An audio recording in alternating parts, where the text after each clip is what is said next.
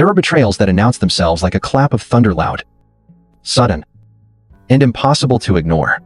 They tear through the fabric of your life, leaving a clear and devastating path of destruction.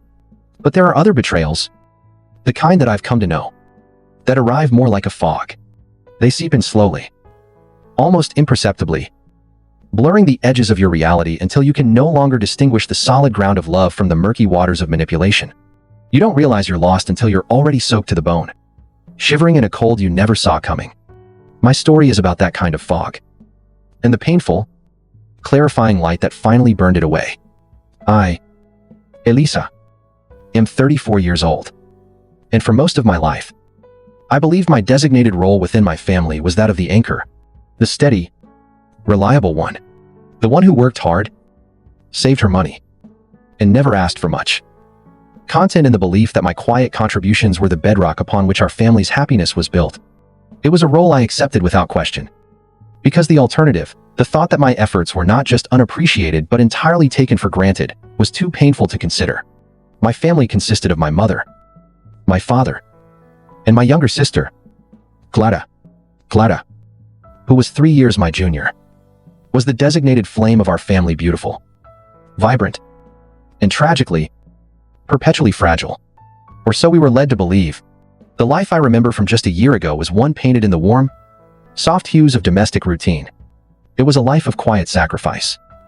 The kind a daughter and a sister performs not for thanks, but for the simple, humming satisfaction of a peaceful home. I remember one Saturday afternoon in late spring.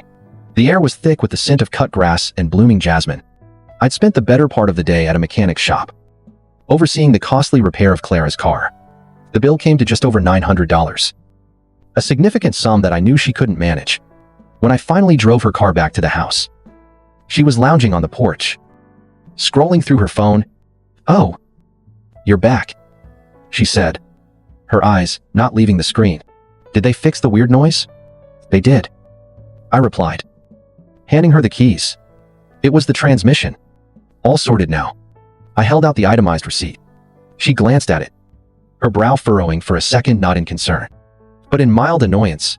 "Wow, that's a lot," she murmured. She tucked the receipt into the pages of a magazine without a second look. "Thanks, Eli. I'll pay you back when I can." I knew she wouldn't, but like always, I swallowed the words and forced a smile. "Don't worry about it." Later that evening, while clearing the porch, I saw her laptop open on the patio table. The screen displayed the order confirmation for a designer handbag, its price tag eerily close to the $900 I had just spent. I felt a familiar, dull ache in my chest, but I quickly pushed it down. She's going through a lot, I told myself, repeating the mantra our mother had instilled in us for years. A little retail therapy won't hurt. That was the fog at work. You see, it made me rationalize the irrational. This dynamic permeated every aspect of our lives. I was the planner, the doer, the financial safety net. Clara was the one to be coddled and protected. Her chronic autoimmune disease, real, but manageable, serving as a permanent get-out-of-jail-free card for any responsibility. When it came time to plan our parents' anniversary dinner, I was the one who spent weeks coordinating, booking the venue, and paying the deposit. Clara was supposed to handle the invitations. 3 days before the event, my aunt called me, asking why she hadn't received one. It turned out Clara had simply forgotten. When I confronted her, she looked at me with wide, tearful eyes. "I'm so sorry, Eli. I've been having a flare-up all week. My mind is just a mess." And before I could say another word, our mother swooped in, placing a protective arm around Clara's shoulders. "Elisa, that's enough," she said, her voice laced with disappointment. "You're the older sister. You have to be the bigger person. Her health is fragile. Don't add to her stress." I looked from my sister's artfully distressed face to my mother's stern expression, and I felt like a stranger in my own home. I ended up spending the rest of the evening calling every relative personally to invite them. I smoothed it over. That's what I did. I was the family's shock absorber. But even the strongest shock absorbers wear out over time. The first tremor of the earthquake that would shatter my world came on a Tuesday night. I was walking past my parents' study when I heard my mother's voice, low and conspiratorial, coming from inside. "Just sign where the lawyer marked," she was saying. "No, Your father already agreed. We'll file it tomorrow. There was a pause. Don't worry about Eliza. She doesn't need to know about this. It would only complicate things. My blood ran cold. I froze. My hand hovering over the doorknob. What didn't I need to know? What was so complicated? Just then, the door opened and my mother stood there. The phone still pressed to her ear. She saw me and her eyes widened in a brief flash of panic before her expression hardened into a mask of composure. I'll call you back, she said into the phone, and hung up. Elisa, I didn't hear you come in. I was just getting a glass of water, I stammered. Who was that? Just your aunt. She lied smoothly. Discussing her will. You know how dramatic she gets. She brushed past me, leaving the scent of her perfume and 1,000 unspoken questions hanging in the air. I told myself it was nothing. Just a private conversation I had misunderstood.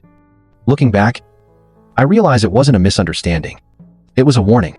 The final, irrevocable crack in the foundation of my life came on my 34th birthday. It wasn't a big celebration. Just a quiet dinner at home. My father had grilled steaks, and I had baked my own cake. A triple-layer chocolate fudge. My favorite. As my family gathered around the dining table, singing a half-hearted happy birthday. I felt a fleeting moment of contentment. For a moment, we were just a family. I closed my eyes, made a wish, a simple, foolish wish for continued peace, and leaned forward to blow out the candles, and that's when it happened. From across the table, Clara, who had been sniffling all evening, leaned forward as well. A wicked, knowing glint appeared in her eyes. She took a deep, theatrical breath and then, deliberately, coughed directly into my face. It was a wet, rasping sound, and I felt the spray of it on my skin. The table fell silent. My father looked stunned. I recoiled, a mixture of shock and disgust washing over me. Clara, what is wrong with you? She giggled. A high, tinkling sound that grated on my nerves. Happy birthday, she chirped, a smirk playing on her lips. Hope you don't catch what I have. Something inside me snapped. After years of swallowing my feelings, of absorbing every slight and injustice, I finally erupted. What is wrong with you? I repeated, my voice rising. That was disgusting. It was cruel. But my mother's reaction was immediate and fierce. And it wasn't directed at Clara. Her chair scraped back as she stood up, her face a thunderous mask of fury. Elisa, that is enough, she boomed, her voice echoing in the small room. How dare you speak to your sick sister that way? Look at you. You've made her cry. Indeed. Clara had already crumpled, her face buried in her hands, her shoulders shaking with manufactured sobs. She coughed in my face. On purpose, I protested, my voice trembling with disbelief. You are overreacting, my mother declared, her voice cold as ice. She is ill, and you are being selfish and cruel. You have ruined your own birthday party. She pointed a trembling finger towards the hallway. Go to your room. Actually, no. Go up to the attic. You can spend the rest of the evening clearing out that junk up there. Maybe some hard work will teach you some compassion. I stared at her, speechless. My father looked down at his plate, refusing to meet my eyes. Clara peeked through her fingers, and in that fleeting moment, I saw it not sadness, but pure, unadulterated triumph. I had been dismissed. On my own birthday. I had been punished for being the victim of my sister's malice. As I walked out of the room, leaving the uneaten cake and the dying candlelight behind me, I felt a profound and terrifying shift. The fog was beginning to lift, and I was starting to see the monsters that had been living in it all along. The stairs to the attic creaked under my feet, each sound a protest in the heavy silence that had fallen over the house. The air grew thinner, warmer, and thick with the smell of dust and decaying paper. The scent of things forgotten. The attic was our family's unconscious mind, a repository for everything we no longer wished to see: broken furniture, outdated clothes, and boxes upon boxes of memories deemed too cumbersome to keep in the light. As I pulled the string for the single bare bulb, casting long, distorted shadows across the rafters, I felt a bit irony. I, too, had been sent here, relegated to the darkness with the rest of the unwanted things. For a while, I just stood there, letting the humiliation wash over me. I could hear the faint murmur of voices from downstairs. The clinking of forks against plates. They had simply continued without me. My birthday dinner. My favorite cake. All of it was proceeding as if I had never been there at all. A hot, angry tear traced a path through the dust on my cheek. I made one last, desperate attempt to appeal to reason. I went to the top of the stairs and called down, my voice tighter than I intended. "Mom, can we please talk about this?" A few moments later, my mother appeared at the bottom of the stairs. Her face set like stone. She didn't climb up. She spoke to me from a distance, as if addressing an unruly subordinate. "There is nothing to talk about. Elisa, you owe your sister an apology. She is 31 years old," I said, my voice trembling. "She knows what she did. And you know it too. Why do you always do this? Why do you always let her get away with everything?" My mother's eyes narrowed. She took a few steps up, just enough so that her face was level with my knees. "I do it," she said, her voice a low, dangerous hiss. "Because she needs me. She is vulnerable. And you, Elisa, you are supposed to be the strong one. But all I see right now is jealousy. You've always been jealous of the attention she gets." She shook her head, a gesture of profound disappointment. "You are just being too sensitive." That was the moment. That was the precise moment. The last vestiges of my hope for fairness died. It wasn't a loud, dramatic death. It was a quiet, internal surrender. It was in that moment I realized that speaking the truth to someone who benefits from your silence is a useless exercise. There was no argument I could win. No evidence I could present that would be more powerful than their need to believe the fiction they had created. I was the strong one, and she was the weak one. That was the story. And they were sticking to it. "Okay," I whispered, the fight draining out of me completely. "Okay, Mom." She seemed satisfied with my submission. "Good," she said, turning to go back downstairs. "Don't come down until you're ready to act like an adult and apologize." Left alone in the oppressive silence of the attic, I felt a numbness spread through me. I began to move mechanically, shifting boxes, lifting old dust covers. I wasn't cleaning to obey her. I was cleaning to have something, anything, to do with my hands, to distract from the hollow ache in my chest. I wasn't looking for answers. I was just looking for a distraction. But sometimes, answers find you, whether you're ready for them or not. In the farthest corner, tucked under a grimy canvas tarp, was my grandmother's old steamer trunk. It was made of dark, heavy wood, bound with tarnished brass fittings. My grandmother had been the other anchor in my life, and a source of quiet strength and unconditional love before she passed away 10 years ago. A wave of grief, fresh and sharp, hit me as I ran my hand over the dusty lid. On a whim, I unlatched it. The inside smelled of cedar and lavender. It was filled with her things, old photo albums, stacks of letters tied with faded ribbon, her favorite knitted shawl. I sat on the floor, pulling out an album. There she was, Yanga, smiling, with a baby in her arms, my mother. Then a picture of me and Clara as children, dressed in matching dresses. My arm slung protectively around my little sister's shoulders. A bitter smile touched my lips. I had been playing this role for a very long time. I spent what felt like hours lost in that trunk, sifting through the remnants of a life well lived. It was a comfort, a balm on the raw wound of the evening's events. At the very bottom, beneath a stack of old linens, my fingers brushed against something hard and leather-bound. I pulled it out.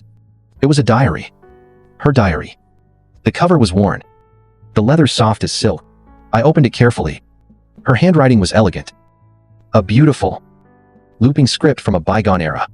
I flipped through the pages, catching snippets of her life, her thoughts, her worries. Then, a page, dated just a few months before she passed, caught my eye. My own name was on it. I began to read, my breath hitched in my throat. The dust motes dancing in the single beam of light from the attic window seemed to stand still. October 12th. The entry began. I had a long talk with my lawyer today. "Mr. Abernathy, I am setting up the final provisions for the girls. I worry about them. I worry about my own daughter. How easily she is swayed by sentiment. How she always favors the squeaky wheel.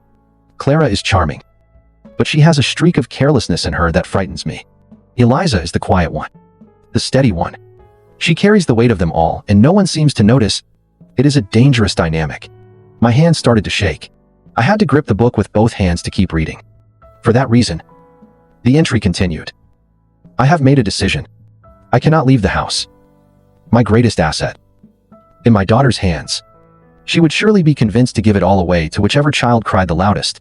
Therefore, Mr. Abernathy has drawn up the papers. The house is to be placed into an irrevocable trust.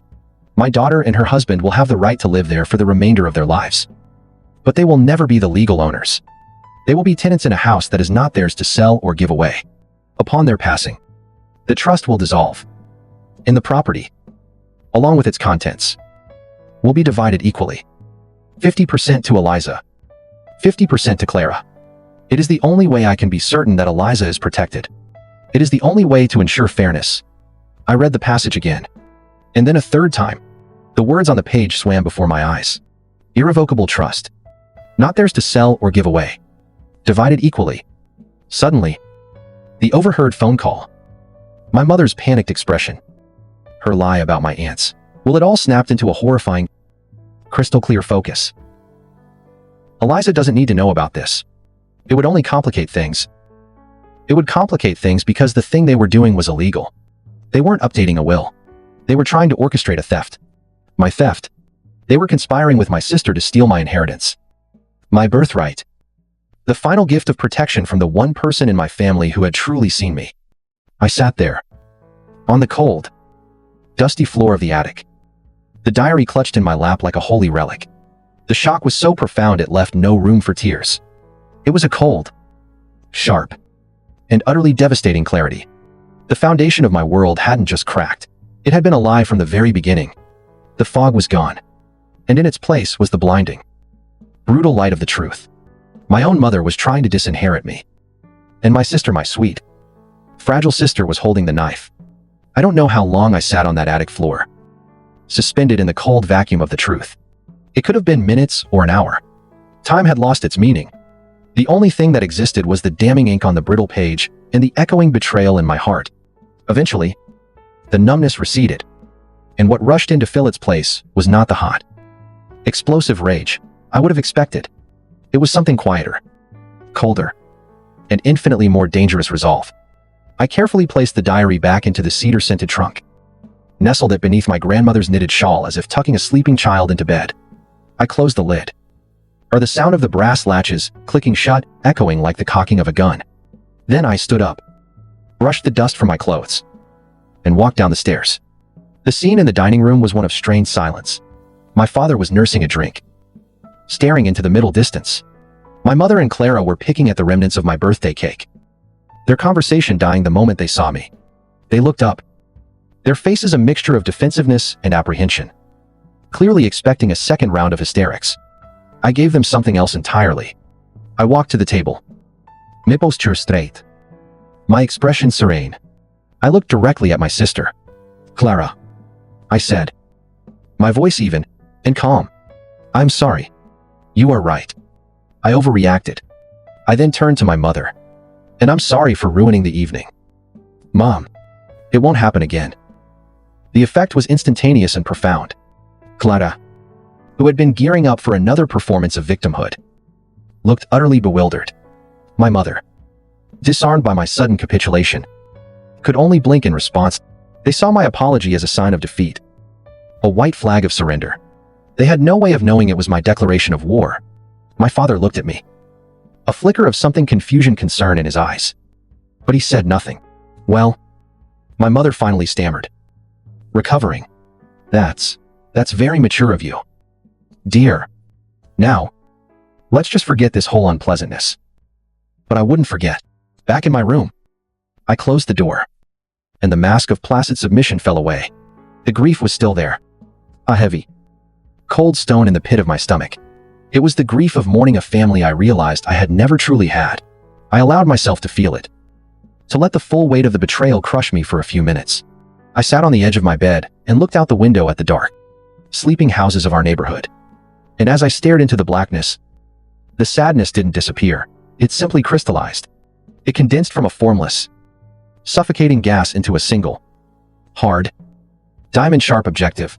I would not let them win. My grandmother had not left me a weapon. She had left me a map. And now, I had to learn how to read it. I was a paralegal. I spent my days navigating the labyrinthine corridors of property law and estate planning. I wasn't a fighter, but I was a researcher. I was meticulous. And for the first time in my life, I was going to use my skills to protect myself. I retrieved the trunk key from a small dish on my dresser and went back up to the silent attic. This time, I wasn't looking for comfort. I was looking for a name. In a bundle of old correspondence, I found a letter from the law firm of Abernathy, Finch, and Stewart regarding the establishment of the Eleanor Vance Trust. The next morning, I woke up before anyone else. I dressed for work. My movements precise and deliberate.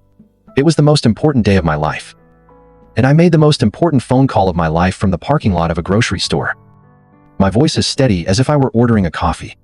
"Good morning," I said to the receptionist. "My name is Eliza Vance. I am a beneficiary of a trust established by my late grandmother, Eleanor Vance, which I believe your firm administers. I need to schedule an urgent meeting with Mr. Abernathy." 2 days later, I was sitting in a plush leather chair in a wood-paneled office that smelled of old books and success. Mr. Abernathy was much older than I expected. With kind, discerning eyes behind a pair of wire-rimmed spectacles, he remembered my grandmother vividly. "Eleanor was a remarkable woman," he said, a fond smile on his face. "Sharp as a tack and knew her own mind. She loved you and your sister very much. She just wanted to ensure you were both always protected." I took a deep breath. "Mr. Abernathy, I have reason to believe that the terms of her trust are being violated, that an attempt is being made to fraudulently transfer the deed of the property." His kind expression hardened into one of professional gravity.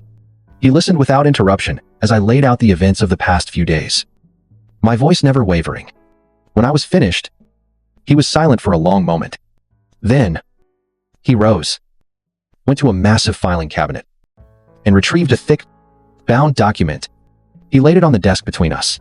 "The Eleanor Vance Irrevocable Trust.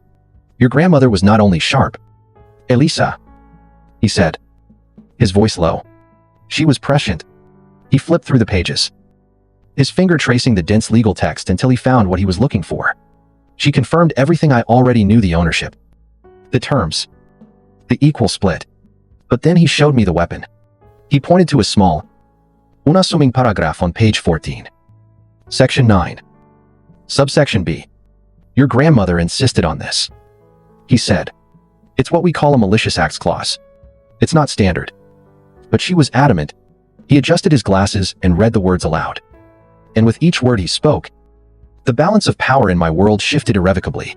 Should any beneficiary be found, by a court of law or by the trustee's sole and final determination, to have acted with malicious intent to defraud, coerce, or otherwise deprive another beneficiary of their rightful and designated share of this trust, said, offending beneficiary's own claim to the assets herein may be rendered null and void, with their share being absorbed by the remaining non-offending beneficiary.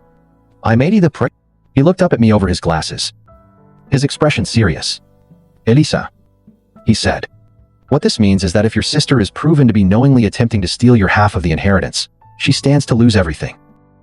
I sat back in my chair, the air leaving my lungs in a silent rush. This was it. This was the key. My grandmother hadn't just built me a shield. She had forged me a sword. A sword that could sever not just my sister's claim, but the entire rotten foundation of deceit our family had been built upon. I walked out of that law firm not with a smile of triumph on my face, but with a look of cold, hard, and absolute certainty. The quiet storm inside me now had a name, and it was about to make landfall. The days that followed my meeting with Mr. Abernathy were a masterclass in quiet transformation. On the surface, I was the same Eliza. I went to work. I came home. I sat at the dinner table. But the role I played had fundamentally changed. I was no longer the family shock absorber. I had become a mirror. I reflected back exactly what was given to me, and nothing more. When my mother asked me to run an errand for Clara, I'd politely reply, "I'm sorry. I have a deadline for work. Clara will have to manage." When Clara would complain about a headache and leave her dirty dishes on the table, I would simply wash my own plate and leave hers sitting there. My family noticed the change. Of course, they just misinterpreted it. They thought it was sadness, a prolonged sulk after the birthday incident. They didn't recognize it as strategy. This new, detached Eliza made them uncomfortable. They were used to a daughter and a sister who would fill every silence, solve every problem, and absorb every inconvenience. My polite refusal to do so created a vacuum, and it was a vacuum they didn't know how to fill. Meanwhile, behind the scenes, the first gear of my grandmother's intricate machine had begun to turn. As the trustee, Mr. Abernathy sent a formal letter to the county registrar's office.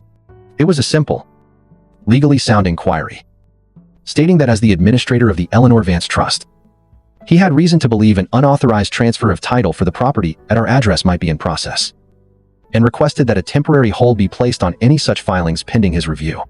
It was a small, precise, and devastatingly effective move. It was a ripple sent across a still pond, and I knew it would eventually grow into a wave. About a week later, I was in the kitchen making tea when Clara stormed in, waving a piece of mail. "This is ridiculous," she announced to no one in particular, slapping the letter down on the counter. "Stupid government red tape is holding everything up." I glanced at the letter. It was from the county registrar, embossed with an official seal. I could see phrases like discrepancy in title filing and temporary administrative hold. I felt a thrill, cold and sharp, but my expression remained placid.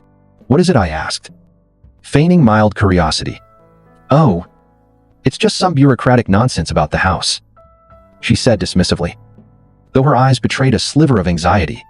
"Mom and Dad's lawyer is so incompetent, he probably filed the wrong form." She was trying to project an air of confidence, of someone dealing with a minor annoyance, but I could see the way her fingers nervously tapped against the envelope. The seed of doubt had been planted. She studied my face, looking for a reaction. Finding none, she pressed on. "Hey, you work with all that legal stuff, right? What does encumbrance on the title mean?" This was the moment. The first test. I took a slow sip of my tea. "It can mean a lot of things," I said vaguely. "An easement, a restriction in a will. It just means a third party has a legal claim of some kind on the property. It clouds the title." "Well, how do I get rid of it?" she asked, her voice sharp with impatience. I shrugged, turning back to the kettle. "I'm not sure. That's not my area of expertise. You should probably ask the lawyer who handled the transfer." I let the silence hang in the air for a moment before adding, "I'm sure he knows what he's doing." I hung up the phone, my heart beating a little faster. It was the first move in a game she didn't even know she was playing. Her frustration was palpable, even through the phone line. She was used to me having all the answers, to me fixing her problems. My calm, unhelpful politeness was a foreign and unnerving language to her. But Clara's arrogance was a powerful and blinding force. After a few days of fuming, she convinced herself and my mother that the letter was simply a fluke, a bureaucratic delay that would sort itself out. Her grand plan was too perfect to be derailed by something so mundane. She decided to proceed as if nothing had happened. Her next step was to find a real estate agent to get the property valued, the first step towards listing it for sale. I learned about this one afternoon when I overheard her on the phone in the living room, speaking in the loud, a self-important voice she used when she wanted to be noticed. "Yes. 4 bedrooms. 2.5 baths. She was saying. "Excellent condition. I'm looking for a quick sale. Of course. I'm thinking of listing around $900,000. But I'm open to advice." She laughed, a sound that was both brittle and triumphant. "Yes. I am the sole owner." I stood in the hallway, listening to her paint a picture of a future built on a foundation of lies, and I felt nothing but a profound, cold pity. She ended the call and announced that a top agent from a prestigious local firm would be calling her back within the hour to discuss a strategy. She made herself a celebratory cup of coffee and sat by the phone, a queen waiting for tribute from her subjects. The call came 20 minutes later. I was in the next room, pretending to read, but every nerve in my body was attuned to the conversation. I heard her cheerful, professional greeting. I heard the murmur of the agent's voice on the other end. And then, I heard the long, drawn-out silence. I risked a glance around the doorframe. Clara was sitting perfectly still, the phone pressed to her ear. The smug, confident smile had frozen on her face, and it was beginning to crack. The color was draining from her cheeks, leaving behind a pale, waxy sheen. What do you mean?" I heard her whisper, her voice thin and reedy. There was another pause as the agent spoke again. "No," she said, her voice barely audible now. That can't be right. There must be a mistake." Her hand was trembling. The phone slipped slightly from her grasp before she tightened her grip. She stood up, her movement stiff and jerky, like a marionette whose strings had just been cut. She didn't say goodbye. She just ended the call, placing the phone back on its cradle with a hand that shook so badly it rattled the plastic. She stood there for a long time, staring at the phone as if it were a venomous snake. The smugness was gone. The arrogance was gone. All that was left was the raw, stark terror of someone who had just looked over the edge of a cliff and realized they were standing on thin air. It wasn't a mistake. She knew it. It was an attack. And for the first time in her life, my sister Clara had no idea where it was coming from. Panic is not a quiet or dignified state. It is loud, ugly, and utterly irrational. The moment Clara understood that the obstacle in her path was not a mistake but a deliberate act, the veneer of her sweet fragility evaporated, and the raw, grasping creature beneath was laid bare. She stormed through the house like a hurricane, slamming doors and shouting into her phone. Her first target was our mother. "You messed it up," I heard her shriek from the living room. "You must have said something wrong to the lawyer. He was supposed to make it airtight." My mother's voice was a frantic, placating murmur. But Clara was inconsolable. She wasn't seeking comfort. She was seeking a scapegoat. When their circular argument yielded no results, they turned their combined fury on the only other possible suspect, me. They confronted me in the kitchen. Clara's face was blotchy and red. Her eyes narrowed with accusation. My mother stood behind her, a furious and protective sentinel. "You did this." Clara spat, her voice dripping with venom. "Somehow, you did this. I don't know how. But you were trying to ruin my life." I continued to calmly butter a piece of toast. "Clara, I have no idea what you're talking about," I said, my voice infuriatingly level. "You're the one who told me the house was yours. If there's a problem with the title, that sounds like a problem for you and your lawyer. Don't you play dumb with me," she screamed. She then switched tactics, her voice cracking as she clutched her chest. "How could you be so cruel? To your own sister, your sick sister. All I want is a little security. And you're trying to take it away from me." My mother chimed in right on cue. "Elisa, this has gone far enough. Whatever petty jealousy you're holding on to, you need to stop it right now. You are tearing this family apart." I took a bite of my toast, chewing slowly before I answered. I looked at them. This two-headed monster of manufactured victimhood and blind enablement. She was looking at me. But she wasn't seeing a sister. She was seeing an obstacle. And for the first time, it was an obstacle she couldn't charm, bully, or guilt into moving. "I'm not doing anything," I said simply. "I'm just eating my breakfast." My refusal to engage, to rise to their bait, drove them into a frenzy. It was then that they made their fatal error. In their shared panic, they decided they needed to force the issue. They concluded that the only person who could fix this was the lawyer who had created the problem in the first place. Their arrogance was so profound that they believed they could intimidate or bribe him into making this legal nightmare disappear. They left the house in a whirlwind of angry whispers and slamming doors, on their way to commit their second, and far more serious, crime, conspiring to cover up the first. While they were gone, a strange quiet fell over the house. My father, who had been a silent observer to the morning's drama, came into the kitchen. He looked older than I had ever seen him, the lines on his face etched deep with worry. He avoided my eyes, focusing instead on the coffee maker as he poured himself a cup. "She seems unwell," he said, his voice gruff. "She's panicking," I replied. He was silent for a moment. Then he turned to me, his expression unreadable. "Elisa," he asked, his voice low. "Is there something you're not telling me?" It was the first time in years my father had asked for my perspective on anything. It was a small crack in the dam, but it was a crack nonetheless. I knew then that the foundation of their united front was beginning to crumble. I could have told him everything right then. I could have laid the diary and the trust documents on the table and ended it. But I knew, instinctively, that he wasn't ready to hear it from me. He needed to see the truth for himself. "I think," I said carefully, "that Mom and Clara have made some decisions without considering all the consequences. And I think those consequences are starting to arrive." I let the words hang in the air, an invitation he wasn't yet ready to accept. He just nodded slowly and walked out of the room. The climactic scene of my mother and sister's desperate pilgrimage happened, as I later found out, in the sterile, beige carpeted reception area of their lawyer's suburban office. They didn't have an appointment, but they demanded to be seen. When the lawyer, a slick, nervous-looking man named Mr. Klein, finally emerged, he did not invite them into his office. He met them in the lobby. According to the receptionist who later recounted the story to a friend who knew a friend of mine, my mother began by demanding he fix the title issue immediately. Clara, for her part, apparently threatened to report him to the Bar Association for incompetence. Mr. Klein, who had undoubtedly received a copy of the same inquiry from Mr. Abernathy's highly respected firm, went pale. He was not a legal mastermind, he was a corner cutter, a specialist in quick and dirty paperwork. The last thing he wanted was the scrutiny of a top-tier law firm or a state ethics board.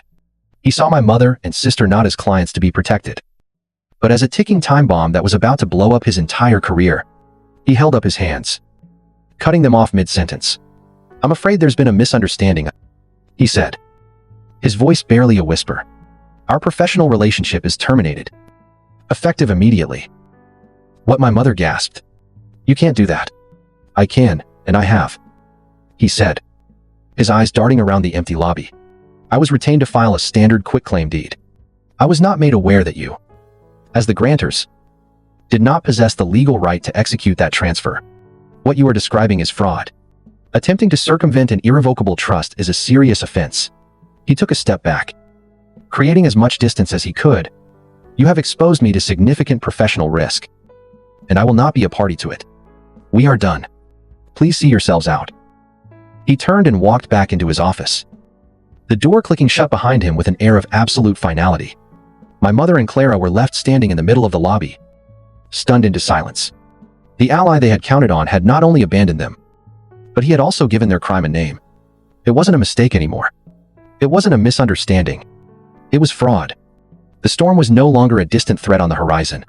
It had just broken directly over their heads, and they were standing in the open, with absolutely nowhere to hide. The aftermath of the lawyer's dismissal was a thick, suffocating blanket of silence in our home. The frantic energy of Clara's initial panic had curdled into a sullen, volatile resentment. She would drift through the house like a ghost, her face pale and pinched, her eyes burning with an unspoken fury that she directed at me whenever she thought no one was looking. My mother, in turn, had entered a state of agitated denial. She would try to initiate conversations about trivial things, the weather, a neighbor's new car, her voice unnaturally bright, as if her cheerfulness alone could plaster over the gaping cracks in our family's foundation. But the moment the conversation faltered, her gaze would find me, and it was filled with a cold, hard accusation. I knew that this stalemate could not last. Clara and my mother were trapped in a feedback loop of blame and self-pity, and my father was trapped with them, a silent hostage in a war of attrition.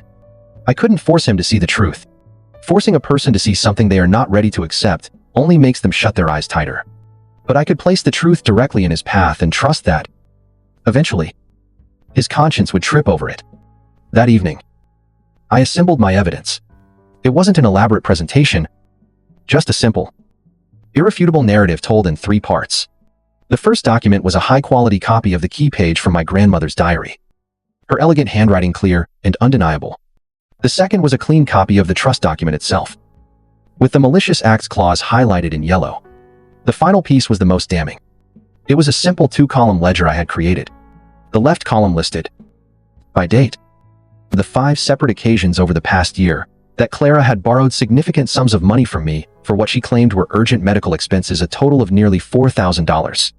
The right column, corresponding to those exact same dates, contained pristine, time-stamped printouts from her social media accounts, a photo of her on a weekend spa trip, a receipt for a new designer coat, a post from a Michelin-starred restaurant.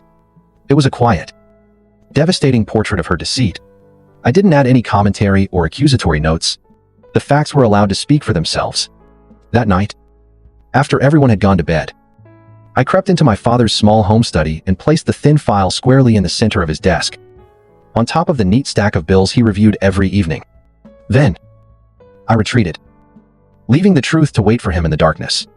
The next day passed in that same tense silence. My father was withdrawn, His brow furrowed in thought. He barely spoke a word at dinner. I didn't know if he had seen the file. And I didn't ask. I had set my piece on the chessboard. And now I had to wait for my opponent to make his move. The call came just after 9 o'clock that night. I was in my room, reading, when my phone vibrated. It was my father. I took a deep breath and answered. "Hello. I saw what you left on my desk," he said. His voice strained and heavy. There was no anger, only a profound and weary exhaustion. It was the sound of a man who was tired of living with a lie. "We need to talk," he continued. "All of us. Tomorrow night. At the dinner table." He hung up before I could reply. The following evening, with the air in our dining room was so thick with tension you could have cut it with a knife. Clara and my mother, sensing a shift in the power dynamic, were on the offensive from the moment we sat down. My mother began by talking about how much stress Clara was under, how her health was suffering because of all this unpleasantness. Clara chimed in, talking about how she felt unsafe and attacked in her own home. It was a coordinated pincer movement, designed to isolate me and paint me as the aggressor. They were in the middle of this performance when my father, who had been silently staring at his plate, finally looked up. He raised a hand, a simple gesture, but it carried an authority that silenced both of them instantly. "That's enough," he said, his voice low but firm. He reached into the inner pocket of his jacket and pulled out the file I had left for him. He didn't open it. He just slid it into the center of the table. It landed with a soft, definitive thud. My mother stared at it, her face a mask of confusion. Clara's eyes widened, a flicker of recognition and fear dawning within them. "I have spent the last 24 hours," my father said, his gaze fixed on my mother, "reading this. And I have spent that time facing a very ugly truth. Not just about Clara, but about us. About what we have allowed to happen in this house."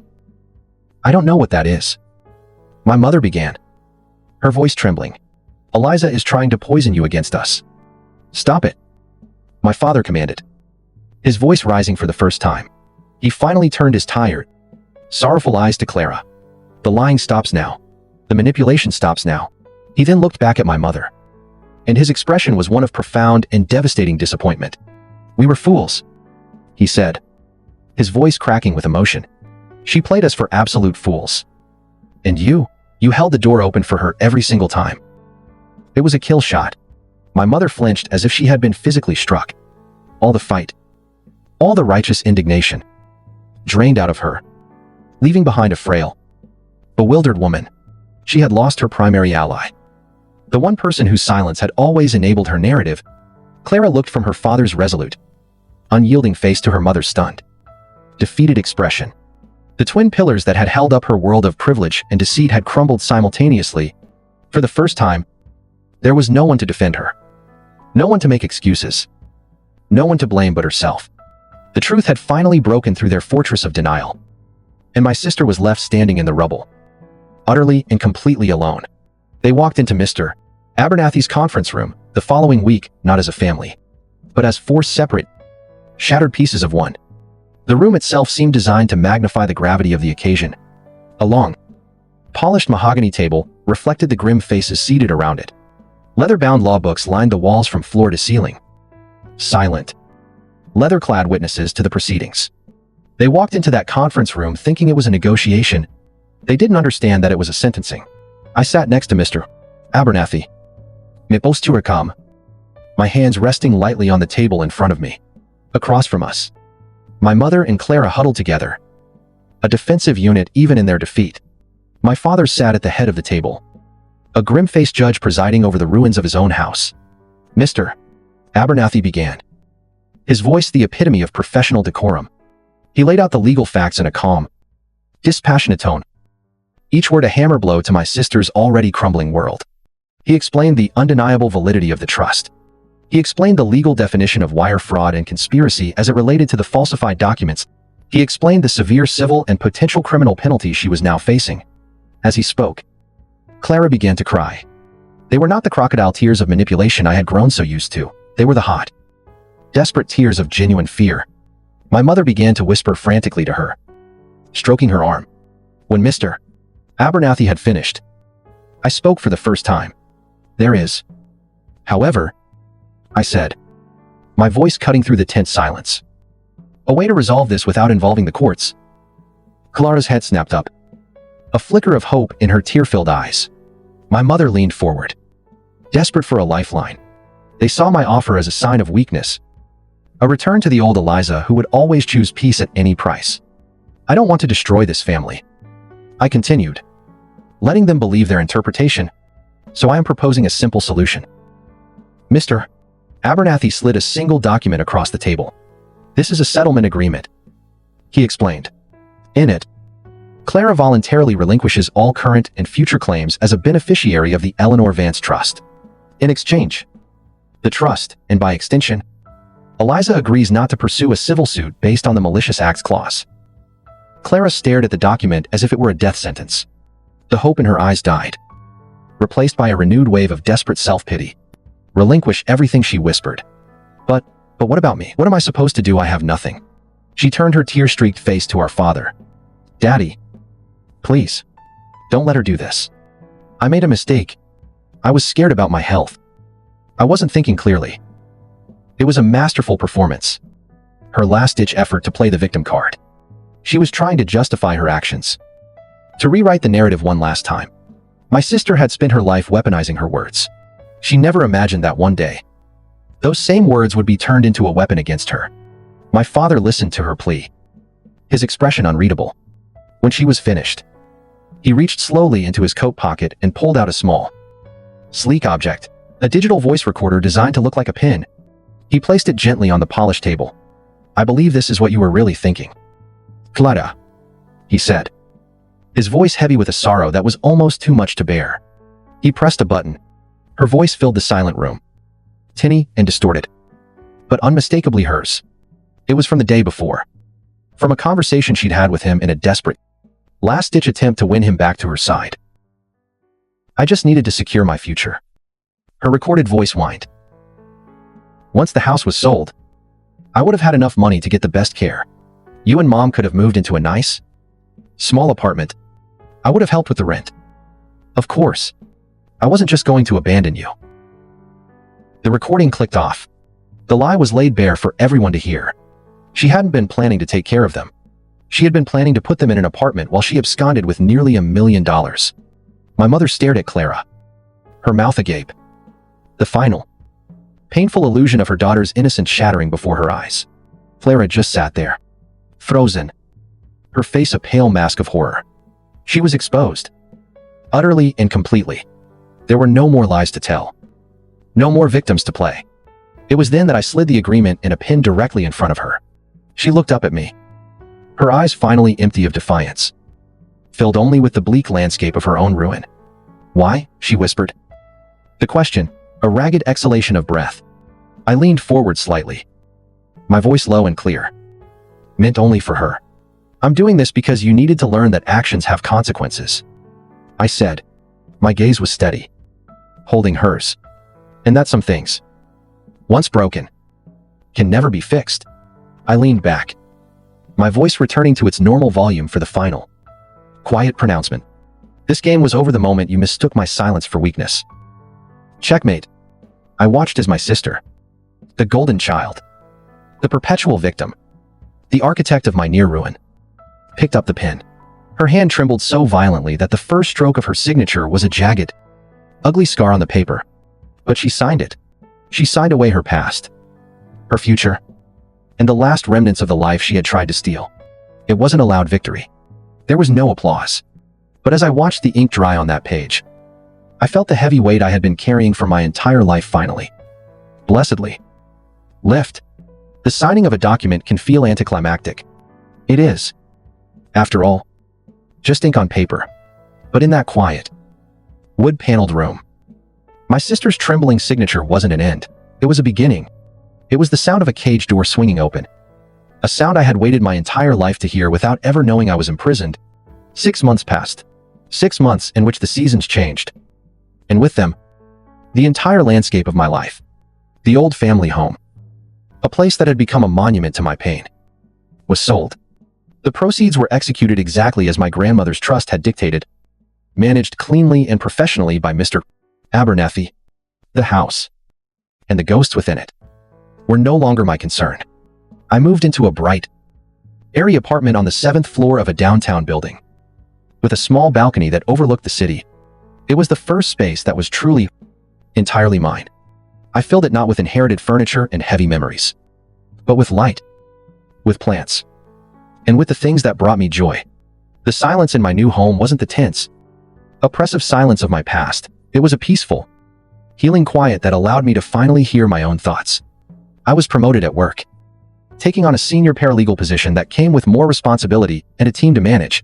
I found that the same meticulous resolve I had used to dismantle my family's deceit served me well in my career. I was no longer just the reliable one, I was the respected one. I heard about Clara, of course, through the reluctant and infrequent updates from my father, with no trust fund to cushion her, no parents to enable her, and no sister to exploit. She had been forced to face the harsh reality of the world for the first time at the age of 31. She was working a retail job at a clothing store in a mall. Her artistic ambitions and claims of fragile health conveniently forgotten in the face of rent and utility bills. I felt no triumph in this knowledge, only a distant, clinical sense of consequence. She had sown her seeds, and this was her harvest. My mother, I was told, lived a quiet life now, with Clara no longer the center of her universe. She seemed to have lost her purpose. A queen without a kingdom. My relationship with my father evolved into something new and strange. It was a cautious, fragile thing, rebuilt one hesitant phone call at a time. The old dynamic was gone, and we were left to navigate the quiet, unfamiliar territory of two adults trying to find their footing on broken ground. The final piece of the old world fell away on a crisp autumn afternoon. It was the anniversary of my grandmother's passing, and I had driven to the cemetery to place a bouquet of her favorite chrysanthemums on her grave. As I stood there, tracing the cold, carved letters of her name, I heard the crunch of footsteps on the gravel path behind me. It was my father. He stood a respectful distance away, his hands in his pockets. He looked older, but his eyes were clearer than they had been in years. "I had a feeling you'd be here," he said softly. We stood in a comfortable silence for a few minutes. Two mourners, paying respects not only to the woman buried beneath the grass, but to the family we had lost. Finally, he stepped forward and handed me a thick manila envelope. "This is the last of it," he said. "The final accounting from the sale of the house. Mr. Abernathy said everything is settled." I took the envelope. It felt heavy, not just with paper, but with meaning. It was the tangible proof of my freedom. "Your grandmother would have been proud of you," he said, his voice thick with an emotion he couldn't quite name. He finally looked me in the eye. "I am proud of you, Elisa."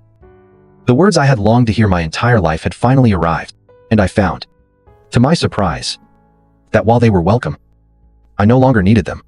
My own pride, hard-won and self-made, was enough. "Thank you, Dad," I said, and I meant it. They hesitated, a question hanging unspoken in the air between us. "Your mother, she asks about you. She wants to see you." I looked away, toward the horizon where the autumn sun was beginning to set, painting the sky in shades of orange and purple. A year ago, that request would have sent a jolt of guilt and obligation through me. Now, it just felt like information. "I know she does," I said calmly, "but maybe not yet. I need more time." I turned back to him, a gentle but firm boundary in my voice. "I'm starting over, Dad, for myself." He nodded, a flicker of sadness in his eyes, but also a new understanding. He accepted my answer. He finally understood that my peace was no longer his to grant or to take away. He left a few minutes later, leaving me alone with my thoughts. I stayed until the sun had dipped below the trees, and the air grew cold. As I walked back to my car, I felt a profound sense of closure.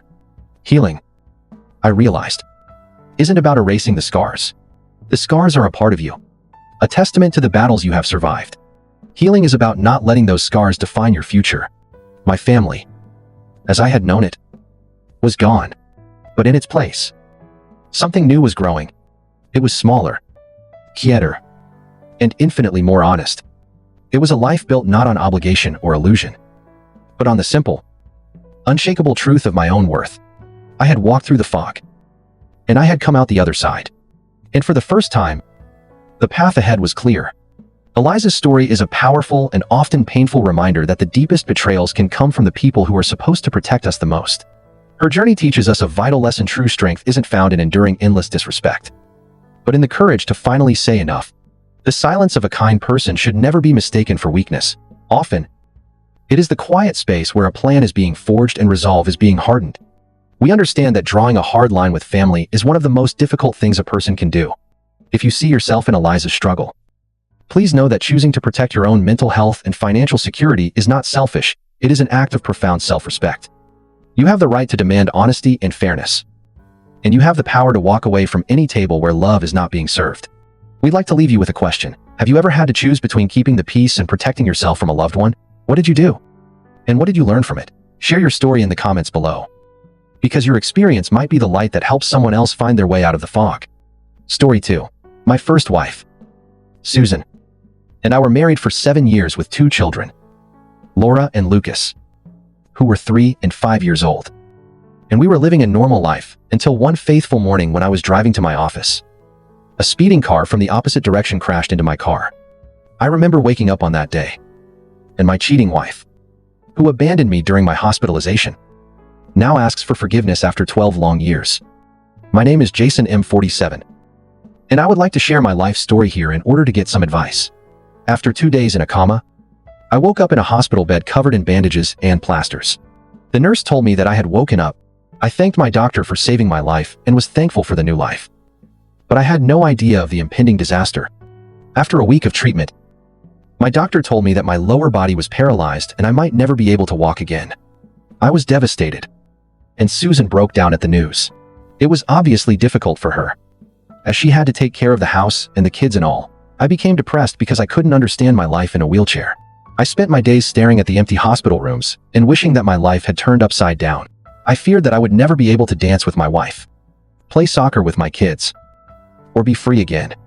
To make matters worse, Susan stopped coming to see me during the first few days I was there. She brought the kids 3 times a week.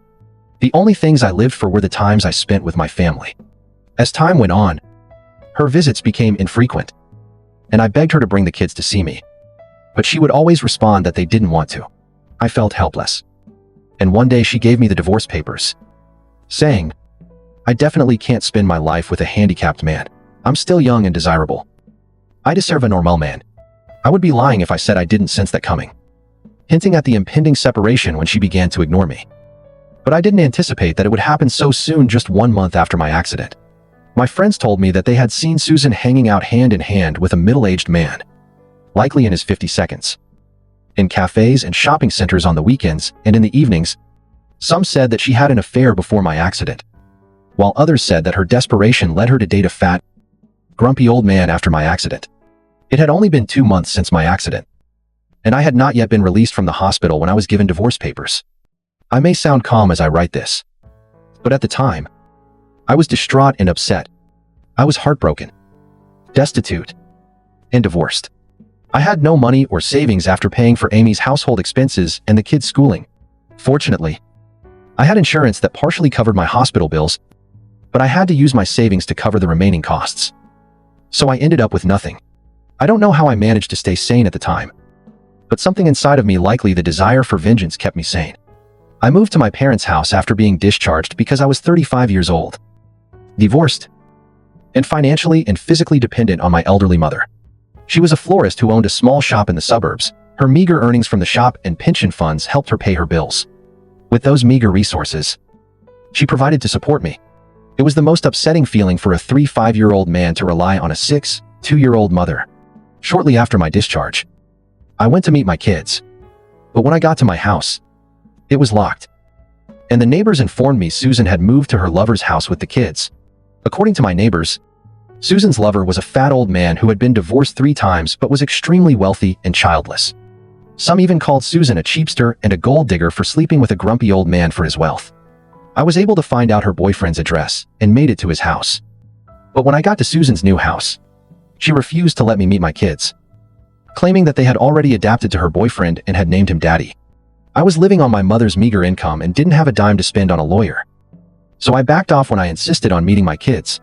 It was less than 6 months after my accident, and only a few months after my divorce. She was already living with a man. I was disgusted and asked her how she could leave me and move on so quickly. I knew I was a helpless father in a wheelchair. So what else could I do? I begged her for at least one. When I asked her if she had cheated on me before the divorce because our divorce was finalized a month ago and she was already living with her lover, she dismissed my attempt to prove my worth by saying that I was a burden in her life and that it was none of my business. I continued to stare at her, thinking about my 7 years of marriage to that woman, who replaced me with another man within a few months. I left the place with tears in my eyes and returned home feeling defeated by the humiliation. When I first joined my mother in her shop, I helped her make bouquets, serve customers, and clean the place. I soon realized that the business had a lot of potential to grow, but my mother was too fragile to do it herself. So I pulled out my old contacts to secure contracts with event management companies to supply flowers at the events. Gradually, I built a team and took contracts for venues. I cried like a 5-year-old in front of my mother, who comforted me and encouraged me to take charge of my life, decorations, and eventually started my own event management company. It took me 12 long years to rebuild my life for myself. But my mother was there for me through it all, encouraging me to get back up. A year after my accident, I found out that Susan was leaving the city with my kids and her lover. I hurried to the house to meet my kids, but they had already left by the time I got there. I made several attempts to contact my kids, but Susan would always insult me and push me away. Since I was physically and financially unable to contest joint custody or challenge her restraining order because I was too poor to hire a lawyer, Susan had a wealthy boyfriend named Evan. I was unsure if he had been with her prior to my accident or how he had suddenly entered Susan's life. But I did know that he was a wealthy man with a lot of ancestral property. And over the past 12 years, whenever I received any leads about my children, I traveled to meet them, but failed each time. Susan threatened to have me arrested because her boyfriend had the resources and connections to get away with anything. By the way, even after 12 years of living together, that man didn't marry Susan. A year ago, I filed for joint custody while eagerly awaiting the stabilization of my event management business. I was granted 15 days, and they are flying to my house the following week. Despite Susan's best efforts to challenge my plea in court, I hired a good lawyer who made a strong case, and I was granted 15 days. In addition, my children are now adults, and when asked if they wanted to meet me, they said, "Yes, I know I can't make up for the lost 12 years, but I want to spend quality time with them." And as the time draws near, I feel both anxious and excited. They are 17 and 15 years old, and I know that teens are demanding these days. I hope my kids aren't cruel and toxic to the point of being mean. I'm not sure what stories Susan has told them over the past 12 years, and I'm not sure if I should tell them the truth about their mother. My current wife, Amy, is a gorgeous woman who I remarried 5 years ago. We met at an event where she was designing the wedding venue and we were providing the flowers. I hadn't started my own business at the time, so it wasn't love at first sight. But we clicked well and continued to meet for such events over the next few years. Do you guys have any advice on how I approach them? I'm really anxious and excited. We dated for a year before getting married, and now we live as a happy family of 4. Amy, her daughter Mia, my mother, and I were all thrilled to have a grandmother. And my mother was too. Months later, we became friends. She was a single mother of a 3-year-old daughter. She had the idea to start the event management company because she had worked for one of the companies for many years and had the contacts and knowledge of the business. Hit by a speeding truck. So ideally, I should have received compensation from the logistics company that owned the truck. However, at the time, and the company got away with paying nothing by fabricating the accident's facts and placing the blame on me. Since I couldn't afford a good lawyer at the time, I didn't receive any money. Following my marriage to Amy, she advised me to resubmit the case because we could afford a qualified attorney. The case is still pending, but my lawyer has. All right. So back to my story.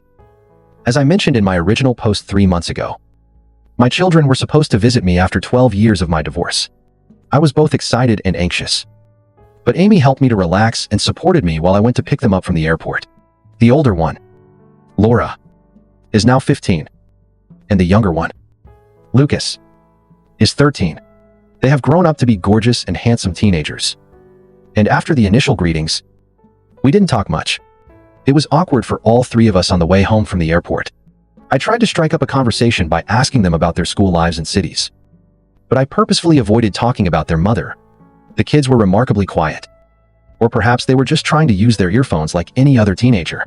When we arrived home, Amy greeted us, The kids looked surprised, as if they hadn't expected this. I'm not sure why Amy was a surprise to them when her mother could live with them. Another man within months of our divorce. So why can't I get married again? Amy had prepared the children's guest room. We had lunch together, and she had laid out the family's vacation schedule. They responded indifferently, neither enthusiastically nor dismissively. And Amy and I were perplexed by their conflicted reaction. They locked themselves in their room. And shortly after that, their mother Susan called and accused me of deceiving our kids, saying that it brought the kids to my house so Amy and I could manipulate them. Her behavior confused me, and she accused me of concealing the truth about my marriage. I hung up on her, but she kept calling, so I decided to confront the elephant in the room.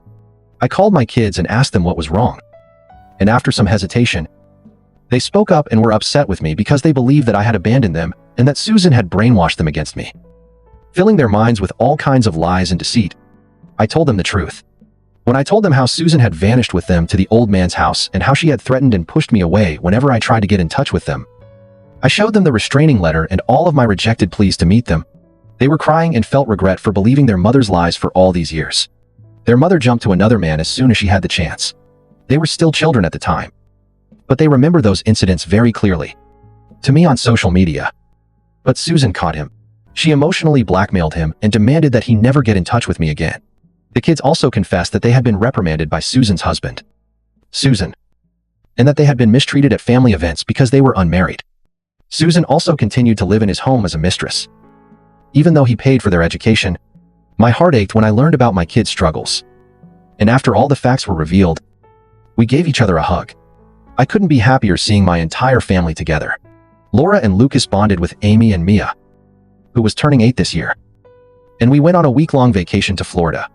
My kids posted our group photos to social media with the caption, "Happy Family." As soon as Susan saw them, she called them out and scolded them for their stupid behavior, accusing them of betraying her by bonding with us. She then texted me, threatening to stop me from seeing my kids if I did anything to turn them against her. So, I laughed at her hollow threats and carried on with our vacations. When my kids returned from their trip, they met up with my relatives, who graciously hosted them, and I was thrilled to see the old bonds renewed. As they were ready to leave, they said they felt suffocated living in that house and that they would move back with me after they finished high school. I gave them a hug and said goodbye. And then they confronted Susan. I hope to have them back with me, but it's been a few months since they returned. We talk frequently, so I'll let you know if anything changes. Thank you very much for the second update. I know it's been a while since I last updated, but there has been a lot of drama in the last 6 months since my first meeting with my kids 3 months ago. The pending court case with the logistic company was settled, and guess what? I received hefty compensation not only for the accident, but I don't know if I mentioned it in the first trial because the logistics company whose truck crashed into my car manipulated the case and blamed me for the accident.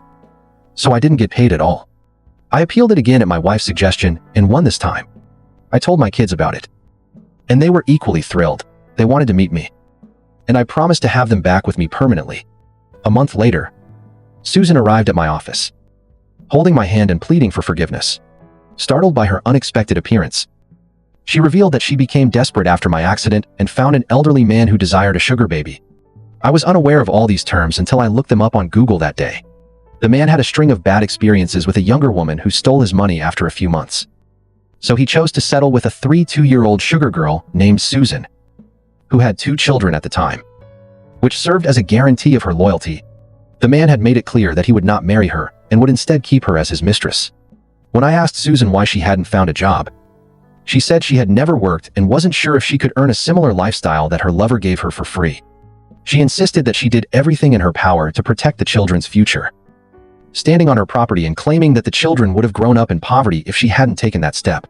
I became so irritated with her persistent nagging that I yelled at her, saying that if she was so worried about our children's future, she should have at least given me a chance to recover. Instead of making snap judgments and leaving me without warning, she should have talked to me about it. I explained that I had moved on and her pleas didn't matter. She recapped all of our happy times together, such as our wedding day, the birth of our 2 kids, etc. I dismissed her, telling her that I was a different person now and that all of those memories had faded away and didn't mean anything to me. She claimed that she and my kids were my biological family, not Amy and Mia. She also claimed that Mia was not my daughter and that I could never have a proper family with Amy and Mia. I was disgusted by her ruthless mindset.